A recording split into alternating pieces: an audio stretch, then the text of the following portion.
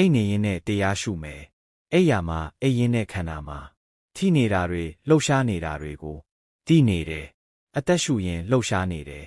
နှလုံးခုန်ရင်လှုပ်ရှားနေတယ်အသက်ရှုရင်လှုပ်ရှားနေတာတီးဖို့ရာလွယ်ပါတယ်အစမှသာခက်တာနောက်ပိုင်းကျသိလွယ်တာပဲ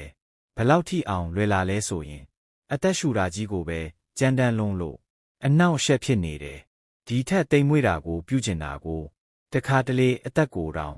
မရှုမိတော့သလိုဖြစ်သွားပြီးတော့ငြိမ်နေတယ်အင်မတန်တိတာလွန်းအားကြီးသွားပြီနော်အသက်ရှုလို့ဝင်လေထွက်လေကြီးမိတာအတန်အကျယ်ကြီးလို့ဖြစ်နေတယ်ရှူးရှူးနဲ့ဖြစ်နေတာတခါတလေကို့ဖာသာအားထုတ်ရင်းနဲ့ဒီအတန်ကြီးဘယ်ကလာတုံးလို့ထင်တယ်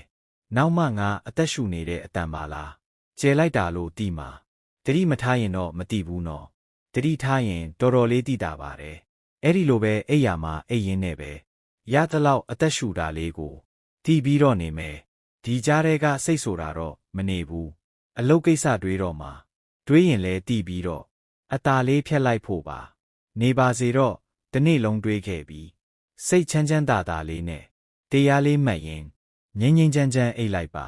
အိပ်ပျော်သွားရင်အိမ်မက်ဆိုးတွေမမတ်ပါဘူးတောကဖြစ်เสียအိမ်မက်တွေမမတ်တော့ဘူးငြိမ်းငြိမ်းချမ်းချမ်းလေးအိပ်ရတဲ့အတွက်ကြောင့်နာရီနီးပေမဲ့ပို့ပြီးတော့အိပ်ရေးတူးညီတယ်၄နာရီ၅နာရီလောက်အိပ်လိုက်ရရင်တော်တော်လေးလန်းဆန်းပြီးတော့အားပြန်ပြည့်သွားတဲ့ဘက်ထရီကိုအားပြည့်ပြန်သွင်းလိုက်တယ်လို့ပါပဲ